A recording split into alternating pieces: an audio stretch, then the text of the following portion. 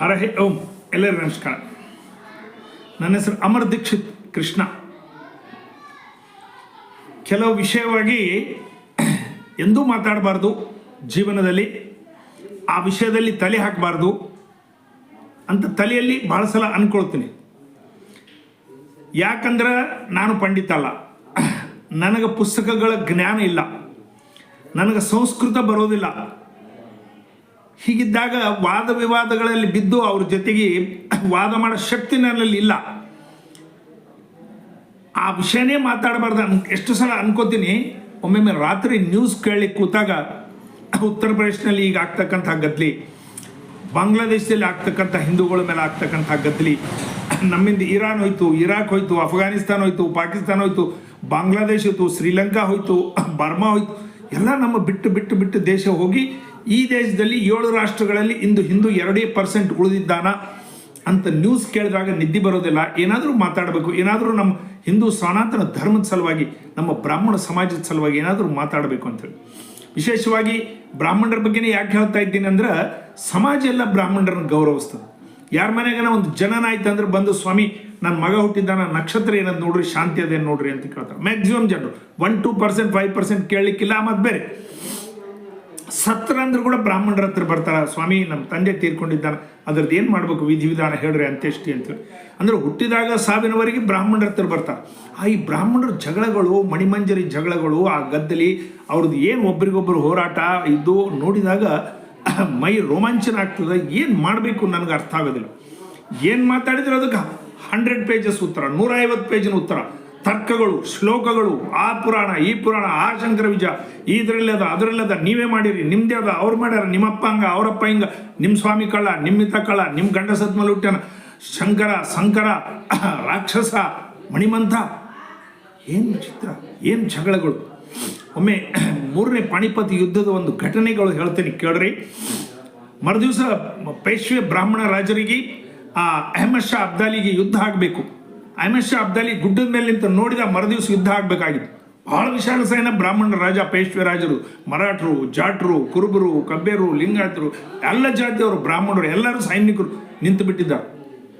ಸಾಯಂಕಾಲದ ಹೊತ್ತು ಒಂದು 16 ಗಡಿ ಹೊಗೆ ಬರಲಿಕ್ಕತ್ತಿತ್ತು. ನಾ ಇದಕ್ಕಿನ ಕಥೆ ಮೊದಲು ಹೇಳಿರ್ತೀನಿ, ಆದ್ರೆ ಯಾಕೋ ಮತ್ತೆ ಹೇಳ್ಬೇಕು ಅನಿಸ್ತ ಅಂತ ಹೇಳಿಕತ್ತೀನಿ.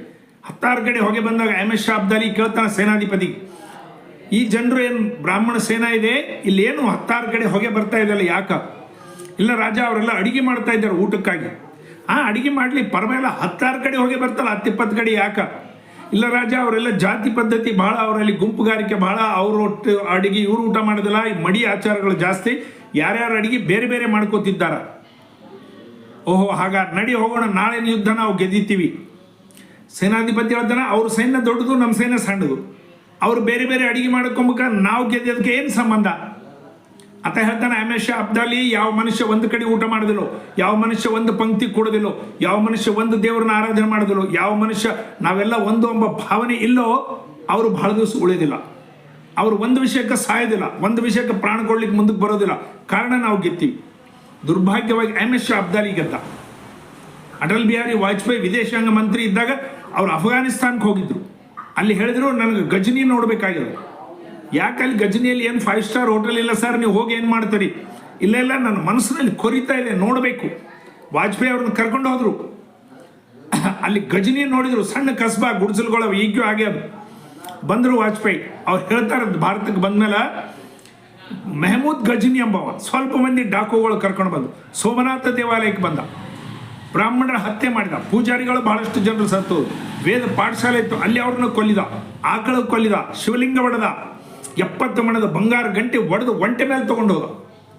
ನಂತರ ಅಲ್ಲಿ ಜನರಿಗೆ ಕೇಳಿದ್ರು, ನೀವು ಯಾಕೆ ಇದಕ್ಕೆ ತಡೆಯಲಿಲ್ಲ, ನೀವು ಯಾಕೆ ಇದಕ್ಕೆ ಸಹಕಾರ ಮಾಡಿದ್ರಿ, ಯಾಕೆ ನೀವು ಸುಮ್ಮನೆ ಇದ್ರಿ ಅಂತ ಹೇಳಿದ್ರು. ಅಲ್ಲಿ ಜನರು ಹೇಳಿದ ಉತ್ತರ ನನಗೆ ರೋಮಾಂಚನ ಆಗ್ತದೆ, ಕಣ್ಣಲ್ಲಿ ನೀರು ಬರ್ತಂತ ವಾಜಪೇಯಿ ಹೇಳಿದರು ಆವೇಶದಿಂದ. ಏನು ಹೇಳಿದ್ರು ಅವ್ರ ಉತ್ತರ ಅಂದ್ರೆ, ನಮ್ಮನ್ನು ದೇವಸ್ಥಾನದಲ್ಲಿ ಬಿಡೋದಿಲ್ಲ, ನಮ್ಮನ್ನು ಮುಟ್ಟಬೇಡ್ರಿ ದೂರ ಅಂತಾರ, ನಮ್ಮ ವಿಷಯವಾಗಿ ಅವ್ರು ಎಂದೂ ಇದು ಮಾಡೋದಿಲ್ಲ. ಕಾರಣ ನಾವು ಹೋಗಿಲ್ಲ, ಅವ್ರದ್ದೇ ಆದ ಏನಾರ ಮಾಡ್ಕೊಳ್ಳಿ ಅಂತೇಳಿ. ಒಂದು ಬಹುದೊಡ್ಡ ಸಮಾಜ ನಮ್ಮಲಿಂದ ದೂರ ಉಳಿದು ಬಿಡ್ತು. ವಾಜಪೇಯಿ ಅವರು ಹೇಳ್ತಾರೆ, ಯಾರಿಗೆ ಶಾಸ್ತ್ರ ಕಲಿಲಿಕ್ಕೆ ಬೇಕಾಗಿತ್ತೋ ಎಲ್ಲರಿಗೂ ಶಾಸ್ತ್ರ ಕಲಿಸ್ಲಿಲ್ಲ. ಶಸ್ತ್ರ ಕೊಡಬೇಕಾಗಿತ್ತು ಎಲ್ಲರಿಗೂ ರಕ್ಷಣೆಗೆ, ಶಸ್ತ್ರ ಕೊಡಲಿಲ್ಲ, ಕೆಲವು ಮಂದಿ ಕೈಯಲ್ಲೇ ಉಳಿದು ಬಿಡ್ತು. ಶಾಸ್ತ್ರ ಕೆಲವು ಮಂದಿ ಕೈಯಲ್ಲೇ ಉಳಿದು ಬಿಡ್ತು. ಕಾರಣ ಇವೆಲ್ಲ ಘಟನೆಗಳಾಯಿತು. ಇದು ದುರ್ಭಾಗ್ಯ, ಹೀಗೆ ಆಗಬಾರ್ದು ಅಂತೇಳಿ ವಾಜಪೇಯಿ ಅವರು ಹೇಳಿದ ಮಾತು. ಈಗ ಸಹಿತ ಇಂಥ ಜಗಳಗಳು, ಅದರಲ್ಲಿ ವಿಶೇಷವಾಗಿ ಕರ್ನಾಟಕದಲ್ಲಿ ಈ ಕಚ್ಚಾಟ ಜಗಳ ಎಲ್ಲಿವರೆಗೆ ನಿಂದ್ರದಿಲ್ಲೋ ಅದು ತುಫಾನ್ ಬರೋದಕ್ಕಿಂತ ಮೊದಲು ಒಂದು ಶಾಂತಿ ಇರ್ತಂತ, ಒಂದು ದೊಡ್ಡ ಇದಾಗ್ತಂತ. ಇದೆಲ್ಲ ಸುಮ್ಮನೆ ಇವರು ದೊಡ್ಡ ದೊಡ್ಡವರು ಶಾಂತಿಯನ್ನು ನೋಡ್ಲಿಕ್ಕಂತಾರ, ಸಂತರು ಸ್ವಾಮಿಗಳು ಇದ್ರ ಬಗ್ಗೆ ಏನೂ ಮಾತಾಡ್ಲಾರ್ದಂಗೆ. ಕೆಲವ್ರು ಯಾರು ಜಗಳ ಆಡಿದವ್ರಿಗೆ ಸನ್ಮಾನಗಳು ಮಾಡ್ತಾರೆ, ಕೆಲವ್ರು ಏನಪ್ಪ ಅಂದ್ರೆ ಸೈಲೆಂಟಾಗಿ ಕೂತ್ಬಿಟ್ಟಿದ್ದಾರೆ, ಕೆಲವ್ರು ತಮ್ಗೆ ಏನೂ ಸಂಬಂಧ ಇಲ್ದಂಗೆ ಮಾತಾಡೋದಿಲ್ಲ, ಕೆಲವ್ರು ಎಲ್ಲಪ್ಪ ಕಲ್ಲಿನ ಮೇಲೆ ಹೊಲಸಿನ ಮೇಲೆ ಕಲ್ಲು ಸಿಡಿಸಿ ಮಾರಿ ಮೇಲೆ ಸಿಡಿಸ್ಕೊಂಬೋದಂತ ಕೂತಿದ್ದಾರೆ. ವಿಚಿತ್ರವಾಗಿ ವರ್ತನೆಗಳು, ವಿಚಿತ್ರವಾಗಿ ಆ ಫೇಸ್ಬುಕ್ನಲ್ಲಿ ವಾಕ್ ಸ್ವಾತಂತ್ರ್ಯ ಇದೆ ಅಂತೇಳಿ ನಮ್ಮ ದೇವರಿಗೆ ಬೈಯದ, ಜೈನರು ಮಹಾವೀರಿಗೆ ಬೈಯೋದಿಲ್ಲ, ಲಿಂಗಾಯತರು ಬಸವೇಶ್ವರಿಗೆ ಬೈಯೋದಿಲ್ಲ, ಮುಸಲ್ಮಾನರು ಅಲ್ಲಗಂಕರು ಬೈಯೋದಿಲ್ಲ. ಅಲ್ಲನ ಬಗ್ಗೆ ಯಾರಾದರೂ ಮಾತಾಡಿದ್ರೆ ಸರ್ ತನ್ಸೆ ಜುದ ರುಂಡ ಕಟ್ ಮಾಡಿಬಿಡ್ತಾರೆ.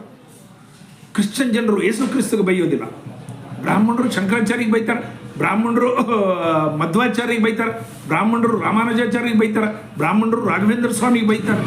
ಬ್ರಾಹ್ಮಣರೇ ಯಾರು ಮಾರ್ಗದರ್ಶನ ಮಾಡಬೇಕು, ಯಾವ ಬ್ರಾಹ್ಮಣರು ಸಮಾಜಕ್ಕೆ ನಿಂತು ಹಿಂದೂ ಸಮಾಜಕ್ಕೆ ರಕ್ಷಣೆಗಾಗಿ ನಿಲ್ಲಬೇಕು, ನಮ್ಮವರು ಹಿರಿಯರು 3-4 ತಾಸು ಬೆಳಗ್ಗೆ ಗುಡಿ ಒಳಗೆ ಗರ್ಭಗುಡಿಯೊಳಗಿದ್ದು ಆಕ್ಸಿಜನ್ ಕಮ್ಮಿ ಇರ್ತಕ್ಕಂಥ ಇದರಲ್ಲಿ ಸ್ನಾನ ಮಾಡಿ ಬಂದು ಆ ಬಂದವರಿಗೆ ತೀರ್ಥ ಕೊಟ್ಟು ಆಶೀರ್ವಾದ ಮಾಡ್ತಕ್ಕಂಥ ಸಮಾಜದವ್ರು ನಾವು ಈಗ ಊಟ ಹೆಚ್ಚಾಗ್ಯದ ಏನಾಗ್ಯದ ಕಾಣಿಸ್ತಾ ಇಲ್ಲ.